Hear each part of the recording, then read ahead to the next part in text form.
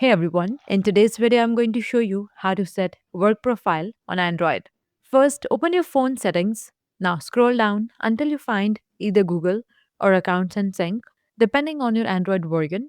If you're using older Android version, then go to Accounts and Sync and then select Google to proceed with the setup. And if you are on a new Android version, then scroll and find the Google and click on it. Now scroll down until you find the option labeled as Set up your work profile.